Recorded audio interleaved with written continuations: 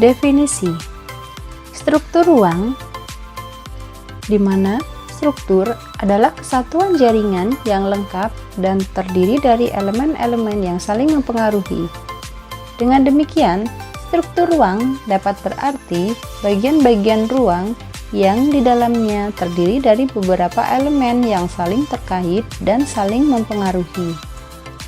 Sementara penataan ruang adalah suatu sistem proses perencanaan tata ruang, pemanfaatan ruang, dan pengendalian pemanfaatan ruang. Struktur ruang kota. Pertumbuhan kota didasarkan pada perbedaan potensi dan kebutuhan setiap wilayahnya. Pertumbuhan dapat dilihat dari meningkatnya jumlah penduduk, kepadatan bangunan yang tinggi, keterbatasan lahan untuk dikembangkan, dan inovasi ke wilayah pinggiran kota. Istilah ruang berkaitan dengan aspek-aspek distribusi atau sebaran spasial berdasarkan lokasi.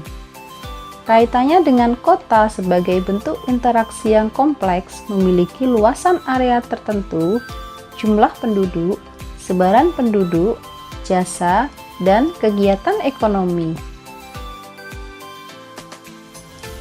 Struktur ruang kota yang pertama adalah teori konsentris yang dikemukakan oleh Burgess. Menurut teori ini, kota-kota mengalami perkembangan dimulai dari pusatnya.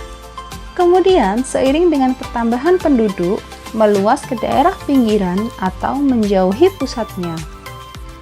Pada teori konsentris terdiri dari 5 zona yang bisa kalian perhatikan pada gambar berikut.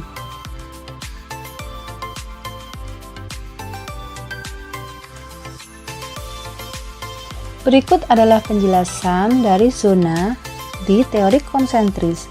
Yang pertama, daerah pusat kegiatan atau Central Business District merupakan pusat kehidupan sosial, ekonomi, budaya, dan politik kota. Terdapat bangunan utama dan jaringan transportasi memusat di zona ini. Zona ini dapat dikatakan dengan zona aksesibilitas tinggi. Yang kedua, zona peralihan atau Transition Zone. Semakin jauh dari zona pusat kegiatan, daerahnya mengalami penurunan kualitas lingkungan permukiman. Terdapat permukiman kumuh dan kriminalitas tinggi. Yang ketiga, zona perumahan para pekerja. Zona ini banyak ditempati oleh pekerja yang bekerja di pusat kegiatan maupun zona 2. Permukiman lebih baik meski dari segi perekonomian di bawah menengah. Yang keempat, zona permukiman yang lebih baik. Zona ini dihuni oleh penduduk yang berstatus ekonomi menengah ke atas. Yang terakhir yaitu zona para penglaju. Timbulnya penglaju akibat dari timbulnya desentralisasi permukiman sebagai dampak sekunder dari aplikasi teknologi di bidang transportasi dan komunikasi.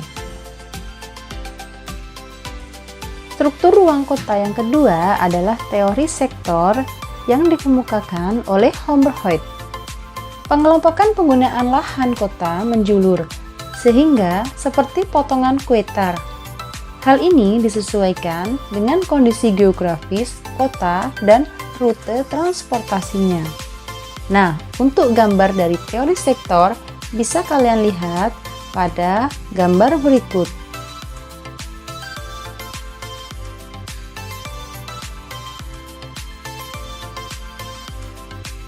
Berikut adalah penjelasan dari 5 zona yang terdapat pada teori sektor. Yang pertama, daerah pusat kegiatan atau Central Business District, di mana penjelasan dari zona ini sama dengan yang ada pada teori konsentris. Yang kedua, Zone of Wholesale like Manufacturing. Zona ini meliputi kawasan industri dan perdagangan. Yang ketiga, zona permukiman kelas rendah, meliputi permukiman kaum buruh dengan tingkat perekonomian rendah. Yang keempat, zona permukiman kelas menengah, meliputi permukiman kaum buruh dengan tingkat perekonomian menengah. Yang kelima, zona permukiman kelas atas yang meliputi permukiman pejabat dan pengusaha dengan tingkat perekonomian tinggi. Struktur ruang kota yang ketiga yaitu teori inti ganda yang dikemukakan oleh Harris dan Ullman. Teori ini menjelaskan bahwa kota memiliki beberapa inti yang terletak di dekat pusat-pusat kegiatan lain. Pertumbuhan kota dimulai dari suatu pusat yang terbentuk secara kompleks.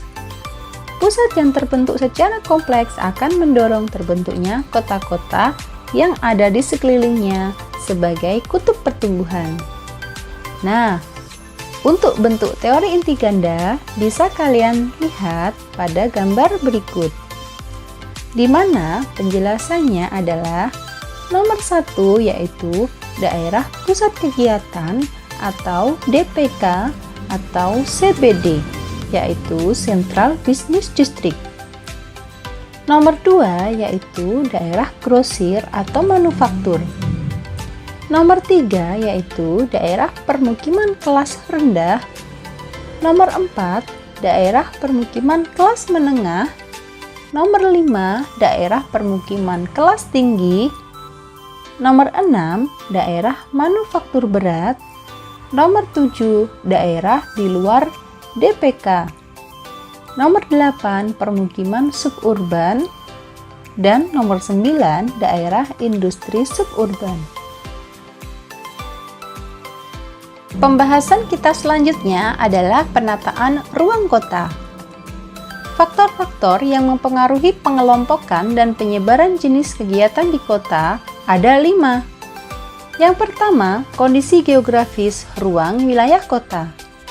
Yang kedua, perencanaan pembangunan kota. Yang ketiga, perkembangan teknologi dan informasi. Yang keempat, keberagaman kebutuhan penduduk kota. Dan yang kelima, ketersediaan ruang yang ada di dalam wilayah kota. Aspek-aspek perencanaan penataan ruang kota. Yang pertama, kondisi sosial penduduk. Kondisi sosial penduduk seperti kebutuhan pendidikan, kesehatan, tempat ibadah, status sosial penduduk, struktur sosial masyarakat, keadaan budaya, dan sebagainya. Yang kedua adalah ekonomi, seperti lowongan pekerjaan, pekerjaan yang tersedia, pendapatan per kapita, potensi tambang, perdagangan, kegiatan produksi sampai konsumsi. Yang ketiga, keadaan fisik kota, seperti topografi, jenis tanah, iklim, dan sebagainya. Berikut adalah fasilitas-fasilitas yang harus ada dalam tata ruang kota.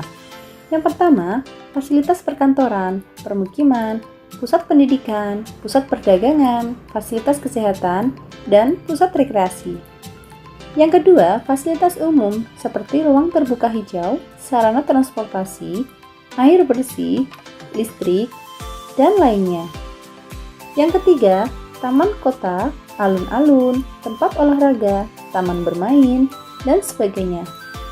Dan yang keempat, tempat parkir yang memadai. Konten channel saya Faiz Agent Geo, konten education tentang kajian geografi.